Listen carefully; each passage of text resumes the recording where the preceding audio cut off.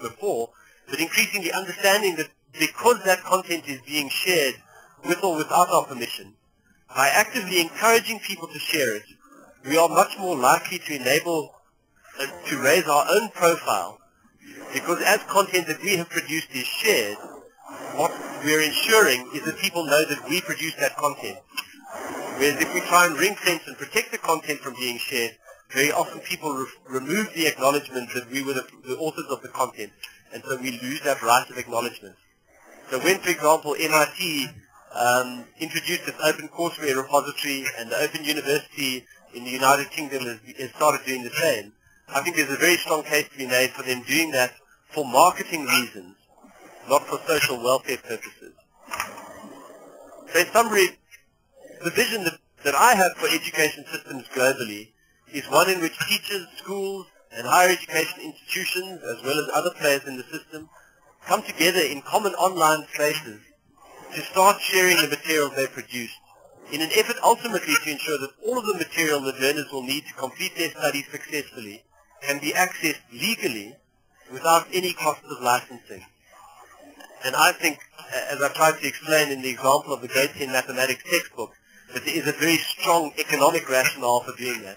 I believe that's a more cost-effective way of making content available to the system, and it will lead to greater diversity and can lead to better quality if the process is well managed by the people who spend money on education. What we're also finding is that there are vast quantities of this kind of material already available across the world, from which people are not generating any meaningful commercial return. And much more of this content is being produced every week. So, for example, I'm working very strongly in the healthcare sector. In the healthcare sector across the world, universities, NGOs, and other organizations are producing masses of often very high-quality educational materials that they never intended to sell for commercial purposes, but that they just don't have mechanisms for sharing online.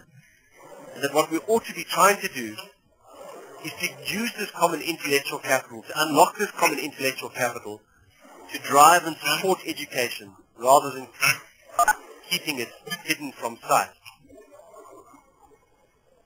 Obviously, as we do this, the initial results will be messy. We've often seen in social networking spaces that is the case. And there are going to be lots of problems to solve. For example, how do we create appropriate curriculum frameworks for storing content? How are we going to deal with assessing quality? But I think that online, I'll start answering the questions at the end of this. I think that online communities have demonstrated the now indisputable power and value of lots of people working collaboratively towards a common cause. And by doing this in education, we have the potential to refocus education systems, restoring the core values of building and sharing knowledge that I think underpin good education, and systematically encouraging us, instead of discouraging us, to work with and learn from each other. So those were the few formal comments that I wanted to make. I tried to avoid getting distracted there at the end by the questions. I hope it's difficult without being able to see people's faces whether anything that I've said has had any relevance at all. But I hope what I've said so far has had some relevance. And maybe let me move on to just answering the two questions that have been posed so far. The first one is, Paul is asking, are you saying that by providing OER, there would be other ways that creators could generate income, e.g. through increased image of their name or college as a result of the quality of their content? Paul, I think, and in everyone, I think the answer to that question is that we have to accept that the business model has already changed, and we're catching up with it. In the same way that the music industry has struggled to get to grips with the reality that selling music files on CDs is actually no longer a viable way of selling content or selling their services, I think they're increasingly starting to realize that they have to construct services around free content, because the scale of downloading of music is just so vast that they're not going to make money out of that in the future. So I think the first way to respond to your question is to say that we have to find other ways to generate income, because the reality is that the technology is driving a change in business model. But I think that what's equally clear is that the level of investment in education is not going to decline. So I would argue very strongly the creators will be able to generate income in other ways. And for most creators, there's always the few creators who manage to produce the textbook that sells 5 million copies. But that person is few and far between. And the result is that the majority of creators of educational content actually get no value or no return from what they're doing. So I think there are a couple of key ways in which creators can generate income. First of all, if you're I hope other people can hear me because Liz is indicating that she can't hear me. Yeah, I can hear you. I think it's Liz. Okay, great, thanks. So I think, Paul, the first way I think in which content generation will generate income is that I still think that there's going to be, and in fact I think there's an increasing importance in investing in the production of good quality materials. Because one of the big problems we have with the internet, of course, is that there's lots of junk. So I think that increasingly we're going to see governments shifting their spending to tendering processes that focus on the content creators getting contracts to produce content which then becomes freely available once the content production is finished.